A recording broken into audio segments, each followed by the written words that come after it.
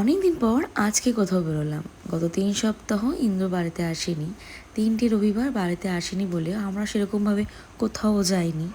তাই এই রবিবার বাড়ি আসাতে 3জনে বেরিয়ে পড়লাম ঘুরতে। আমি যেমন অপেক্ষা করি রবিবারটা কবে আসবে, আমার সাথে সাথে পাপাও অপেক্ষা করে থাকে রবিবারটা কবে আসবে আর আমাদের সঙ্গে ঘুরতেও যেতে পারবে। ও কিন্তু ঘুরতে খুবই ভালোবাসে। আমরা যখন জামা কাপড় পরবো বলে রেডি হই, ও ওর জামা কাপড়টা নিয়ে আসে আর বলে পরিয়ে দেওয়ার জন্য। একা তো পরতে পারে না, ওই আমাদেরকে বলে পরিয়ে দেওয়ার জন্য। আর পাপা কিন্তু সেরকমভাবে কোথাও যায় না, একমাত্র দাদুর সঙ্গে বিকেলটুকু একটু বেরোয়, সামনে ঘুরে তারপরে চলে আসে।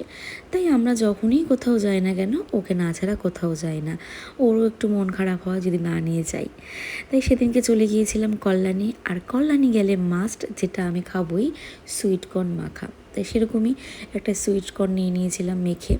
অনেক দিন পর কিন্তু এই সুইটকর্ন মাখা খাচ্ছি, প্রায় 3 মাস হয়ে গেছে।